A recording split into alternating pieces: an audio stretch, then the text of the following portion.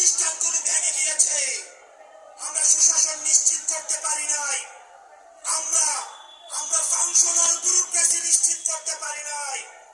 আমরা স্বাধীন পুলিশ নিশ্চিত করতে পারি নাই।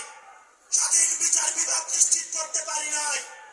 আমরা স্বাধীনতার এত বছর পরেও আমাদের তরুণ প্রজন্ম, আমাদের একটা ইনস্টিটিউশন আমরা প্রপারলি ফাংশন করতে দেখি নাই।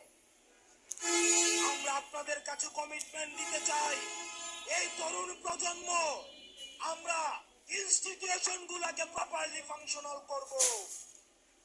আমরা আপনাদেরকে কমিটমেন্ট দিতে চাই, এই বিভাজনের রাজনীতির ঊর্ধ্বে উঠে আমরা একতার রাজনীতি বাংলাদেশে চালু করব।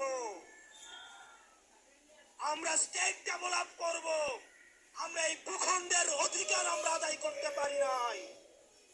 আমাদেরকে মাথায় রাখতে হবে, বিদেশের সাথে আমাদের বন্ধুত্বপূর্ণ সম্পর্ক থাকবে, কিন্তু কোন প্রেসক্রিপশনের সম্পর্ক থাকবে না।